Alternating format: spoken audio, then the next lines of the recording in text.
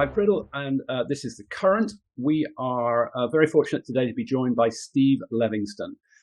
Steve is the non-fiction editor of the Washington Post, a job title that always seems slightly sinister to me, since it implies that somewhere on the Washington Post there's a fiction editor, which in the days of fake news was an alarming concept. But we're leaving all that behind, because this is the first full day of the Biden administration when we're having this conversation, and we're talking to Steve particularly as the author of 3 books, and the most recent of which is Barack and Joe, The Making of an Extraordinary Partnership. Steve, thank you so much for joining us today. Yeah, great to be here. Thanks. So it's wonderful to have a little insight into our new president as he begins his term of office. Your book obviously looked at him as part of a historic partnership with Barack Obama, but your designer, your jacket designer for the book was very canny, because in fact it's Joe who occupies the center of the jacket, and Barack Obama is kind of slightly sliding off to his left. Joe looks very much in control of things. He's leaning back in the chair. He's smiling. He looks like he's having a fine time. So as he did for some moments yesterday during the inauguration, is he going to enjoy being president? Well, it's funny you should bring up the photo on the cover, because I thought that exact same thing when we found that photo. I thought that photo was the best representation of the two of them and how much fun they actually did have while they were president and vice president. Unlike the previous president and vice president, we didn't see a lot of fun going on there. And I worried about Joe sort of taking the star away from Obama in that photo. But in some ways, Joe was the guy who made the fun in many ways in the Obama administration, because of the kind of character he is. He's just this warm, outgoing, gregarious fellow. And Obama was a little bit less so in that regard. So Biden warmed him up. And I think that sort of spirit is going to carry over into this new administration when Biden is the man in charge, and he's got a lot to do, but he's also going to have fun doing it, I think, once he gets past some of the major crises that he has to deal with. And he really has, the biggest plate, I think, that any president has had in years. I mean, even maybe back to Roosevelt back in the Depression. But he's got other things larded on top of that even Roosevelt didn't have. So, it's going to be a balance of the fun, jovial Biden and the extremely serious Biden. And he can be a very serious and focused guy, as we've already seen just in the first day after he got inaugurated. He went back and signed a stack of executive orders to sort of eliminate many of the failed policies of his predecessor. And, they had a press conference. His press secretary came out and had a press conference right away and was actually very forceful and helpful and truthful, we think. Even though she maybe didn't want to answer a lot of things, she did answer a lot, and she sort of set the tone for how this administration is going to work. So you really got a good feeling, I think, yesterday from the inauguration and everything that went on there, even though it was tense and worrisome. And afterwards that we're flipping a page. So I was looking at the first press conference as well, and it's of course a sort of rather facile thing to say, but the new press secretary does have that sort of C.J. Craig aura about her. She's sort of physically somewhat resemblant, and I do wonder if the people who are on the liberal wing of the voting public and the political following public are having a small sort of West Wing fantasy at the moment about the new administration, because it all seems so reasonable and people seem to be talking in full sentences with grammatical construction that actually implies certain things as opposed to leaves many things vague. But is that really just what we media folks like because we still hanker for Josiah Bartlett? And does this actually not really point to what the times are calling for? I mean, the times are calling for one heck of a presidency, and Biden is a pretty cautious, centrist, not especially fast-moving career pole. Do you think he can really pull some Rooseveltian swagger out? Well, it's an interesting point, and that's the question, and that's sort of the thing that dogged him from the very beginning and through his campaign. I mean, to my mind, I think it's a miracle that he's actually sitting in the White House right now. I mean, he looked like he was dead in the water when he came out, just like he was in his 2 previous presidential runs.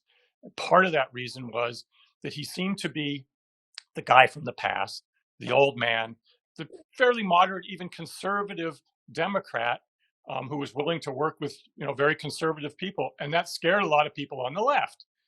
However, if you look at who he is and how he operates, and the moment we're in, I can tend to think, and this might be total pie in the sky optimism on my part, but I think history found Biden, and Biden may make his place in history because of that. And what I mean by that is, though he started out as the guy who was dying on the vine at the beginning because of those things I just mentioned, I think since then, and particularly just with his cabinet choices and his executive orders that he made yesterday, he's showing himself to possibly be a really progressive president. And it could very well turn out that way, that he sort of is seeing the opportunity here, as Obama saw the opportunity when he came in during the financial crisis. They wanted to remake government in the first term with Obama and Biden, but they kind of pulled on the brakes and they stopped. I think Obama got a little worried that he couldn't quite do it. He couldn't quite go that far. He had to think about re-election because he knew he wanted to be a 2-term president. Biden, however, he may not be a 2-term president. So he's almost in a lame duck position here where he can do anything he wants. And he doesn't have to worry about the political consequences, and he can just push it as far as he wants. And I mean, if you just look at his cabinet picks, he really has created the most diverse cabinet ever in the United States. I just made first woman to head the Treasury, first Latino to head HHS, first Native American in the cabinet position, and that's she's going to head Interior, first openly gay man or person in the cabinet, Buttigieg, and the first Black defense secretary. I mean, and there are many other minorities who are also filling positions in there. So he's sending messages, I think, and he's sort of talking in a way that he realizes we are really, and especially after the attack on the Capitol, we're in a position where this is going to require him to reach real deep and be something more than he has ever been, for the sake of the nation, for the sake of all of us, because we know that his predecessor kind of broke the system and broke the nation and almost took it down. And Joe is such a man who's so in love with what the country's about and comes at it with sort of a decency that, hasn't been around for a while. I don't know. I just have kind of faith in the guy right now. One day in. Come back to me in 2 years. Well, it is interesting, isn't it? I mean, sometimes I think electorates are weirdly canny about that they sense what the moment needs better than individual politicians. There's a sort of collective wisdom in the crowd out there somewhere. And for better or worse, the significant majority of voters has elected a guy who is absolutely an institutional politician, who has spent his pretty much entire adult life in institutional politics, from a local level briefly through 7 terms in the Senate, a long vice presidency, and now the presidency. I mean, there isn't a more political institutional figure in recent American history that I can think of. Is that fair? Right. And I think actually that was the thing that people didn't like to begin with. Yeah. But now maybe they do, because they realized the institutions were in peril. And They needed somebody who can work within those institutions and knows everybody everywhere and can sort of put the pieces back together. I mean, we're Humpty Dumpty here, we got to put it back together, and we need somebody who can reach out and do all of that. Obviously, there will be rougher days politically ahead for Biden, and the last 4 years, and indeed to some extent the 4 years before that, have shown that we've got used to kind of rough politics, obstructionist politics. Biden is going to have to deal with Ted Cruz and that wing of the Republican Party. How does he do that? Can he buy off just enough of the Republican center to marginalize the Republican far right? Or is Biden really going to reach out to all comers in the way that he suggested? Yeah, that's a great question. And I think it really comes down to, in some ways it comes down to Biden, but in another way it comes down to the Republican Party itself. it's what the Republican Party is going to do about itself now in the wake of Trump. I didn't want to say his name. I was going to not say his name the whole time, but I had to. You can call him 45 if you want. Right. In the wake of Biden's predecessor was the way I was going to phrase it. But that's the question. And the question, you hear all these things and rumors and whatnot that the Republican Party is just going to have to change itself. Maybe a new party will spring up. Maybe Biden's predecessor will create his own separate party now to try to graft off all of those radicals that he has enlivened. And that's a real problem for the Republicans if that occurs, because part of their base is gone. So what does that mean? Does that mean we get ruled by Democrats for the rest of eternity? You don't know. So it really, I mean, Biden, he, as he said in his inaugural, he really wants to create this unity. He wants to bring people together, and he feels he can talk to Republicans. And he doesn't. One interesting phrase I think he said was, he wants to turn his enemies into his friends, and he quoted that, which I think is it's a great feeling. It's part of his deep faith and decency. It's kind of, again, highly optimistic given the nature. He's not going to turn Cruz into a friend, I don't think, and a lot of the people who follow those kind of principles. But if anybody, this is the other thing about history finding him, if anybody had the chance to do it right now, it seems like he's the guy. I don't know who else of that group of Democrats who are running could have a better opportunity. Right.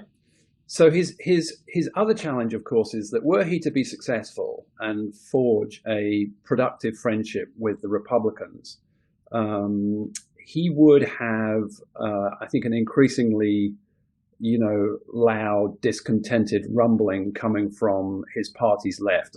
If you and I could be Alexandria Ocasio-Cortez for a moment, we should be so lucky. But if we could be her, then is she thinking, dear Lord, my party has just elected a guy who, when he started in politics, wasn't even a Democrat. He ran his first race as an independent. He got elected as a Democrat, a Democrat in name only, with no party support, and has stayed very, very central and center-right in the Democratic Party all this time. What are we going to do with this guy? So how much trouble is Biden going to have from the left? Right. I think, again, that goes back to where he goes from here. If he shows that he's leaning more left and progressive, he'll bring those people along, I hope. He's really determined to get back into climate change issues that he needs to do. And he might be pushed by other people. He listens a lot to his advisors, too. And at the same time, I think people like Ocasio-Cortez, she was in the Capitol the day that it got broken into, and she was terrified. I saw an interview with her, and she talked about that. And you really felt for her and for all the others. And I think it sort of hit her in a way that things were broken and they need to be fixed. And so maybe she needs to be sort of a little bit more, not moderate, but moderate her resistance a little bit, to try to make things work here, because if they don't work, as Biden was saying, he's pushing for unity, not because he wants to be unified with the Republican Party. He wants the country to be unified together. And if we can't get to that point, then the game's over. And I think it really depends on how he pursues all of that. Yeah. I actually think that AOC is an incredibly sophisticated politician and is very careful about how she calibrates what she says, and I'm sure she'll find ways to work with Biden. Your book, which is a really interesting and lovely book, and is the second of two books in which you look at political partnership. The first one, Kennedy and King, obviously a different era, but Biden, it feels to me, is somebody who believes in partnership. He's been incredibly careful and consistent in the way that he has talked about the members of this incoming administration. He talks about his vice president, putting her on all but equal footing with him. I mean, again, this is just rhetoric, but it's symbolism that may matter. Talk to us a little bit about who you think are going to be his most important partners in the next 4 years, and how he's going to manage that. Yeah. Before we get to that, though, I mean, I'm glad you mentioned the other book because it's a Kennedy and King, and there is a parallel between these two. I think I'm interested in how relationships sort of work to create political change, and I think there's a arc from the Kennedy King relationship to Biden now, and saying that I mean that what was interesting about what I learned from the research and writing of that Kennedy and King book is that one of the most important things in any president is to recognize his own need for development and evolution while he's in office. And this was something that Kennedy was really, really attuned to and actually showed. And it showed in the progress of what I wrote about in that book on civil rights. And that's what the point was. He came in, he was not a civil rights guy at all. He didn't really care about, he had other issues that he wanted to deal with. But because of the nature of the environment he came into, where history was telling him what he had to do, he listened and he evolved and he changed and he became somebody who people really looked to as a civil rights president. I think that's so key in any sort of leadership position. You have to be that way, especially as president. We know that Biden's predecessor did not have any capacity for that. He came in one way, he left exactly the same way, if not worse. There was no evolution there, and we saw nothing develop. Biden, however, I think he might be stepping into those kinds of, again, I'm being optimistic here because I just felt such relief yesterday when I saw him take over, and I felt we're going to go somewhere here, I hope. I believe that he may be stepping into those kind of shoes where he might feel the sense that he too must evolve. He must move forward to what the times require of him. And I think the people around him, like you mentioned, let's talk about who's going to be influential for him. His cabinet is influential. He's created this cabinet that's going to pull him in all sorts of directions that he probably never dreamed he would be pulled in 1986, you know? And he has to be a different man now, which is very interesting because, you know, he's an older man. You'd think he'd be more stuck in his ways, but he seems to be, I think, and I hope, and, you know, this is again optimistic, that he's understanding for the sake of the country, he's going to have to evolve and he's going to have to listen to all these people so that America, as he keeps on saying, looks like who we are rather than, you know, what it's been, and brings everybody in and listens to everybody's issues and responds to those. So there is that sort of arc from the Kennedy and King era to this time, if it works, and particularly because he has Kamala as his vice president, which is really interesting because somebody was mentioning yesterday about how he is the one guy who was on the vice president's side with our first Black president, and now he's on the president's side with our first Black female vice president. So there's some he's kind of some hinge point in history that he just sort of fell into. And now the question is, how does he handle it? What does he do with it? And if he's a true, you know, thoughtful person, he'll evolve. And then there's politics too. You know, he wouldn't be there but for the organization in Georgia that Stacey Abrams and other activists put together, or in fact for James Clyburn deciding one day that he would be public and say, we've got to do this for Joe Biden this time out. So he has a debt here, and he's got to find a way to honor that, doesn't he? Oh, he's got a huge debt. I mean, the Clyburn thing was incredible. It was magical. It was sort of like unbelievable in that Biden really, again, was hanging by a thread. And what happened in those states after the time he was hanging by that thread was all because of Clyburn. And he turned the whole momentum around. But then you have to step back and say, well, why did he do that? And I do think that there's something in Biden's persona, somewhat in his history, and just in the kind of person he is, that Clyburn wanted to do that, and wanted to bring along that segment of the population, that Black population, to really say, this is the guy who's going to listen, we hope. And we need to get him there so he can do something. And I think, you know, the debt is there. And I think Biden understands that debt, and he wants to answer it. Again, you just really have to see where he goes. Yeah, and to some extent, does it feel like that Clyburn is betting that Biden has already been listening? In other words, Biden's been out there a long time, and if he wasn't listening for the last 30 years, he's not going to start listening now. So the interesting thing is, what does he do? What are his actions going to be? And as you say, he started with quite a flurry yesterday with executive orders, which I'm sure we're going to look back on the Obama presidency and wish that he had not institutionalized the use of executive orders, because it seems to me it's a very dangerous political device, but necessary to get things done in times of gridlock.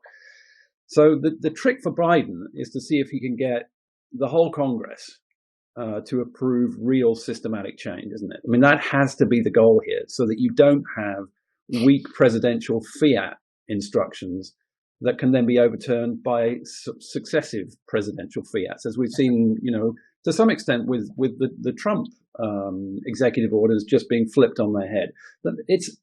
Whether you disagree or agree with the individual decisions, it's not a good way to govern, because it's like flicking a light switch on and off, and after a while we all just get sort of blink pain.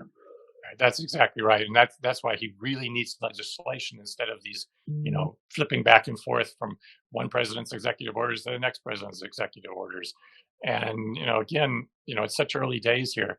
You just don't know how this is all going to come down.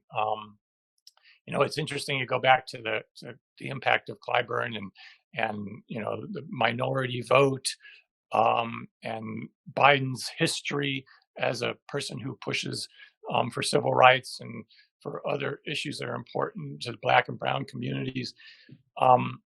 There's one part in the book that I like to come back to, in this sense that, everybody thought that Obama was, this, he was a Black president, so he could really push the country forward on Black issues and civil rights and all those sorts of things. But he sort of ran into a brick wall almost when he got in there, because he was Black, and he couldn't do the things he wanted to do. And a lot of very thoughtful, Black scholars and writers were sort of a little disappointed in that.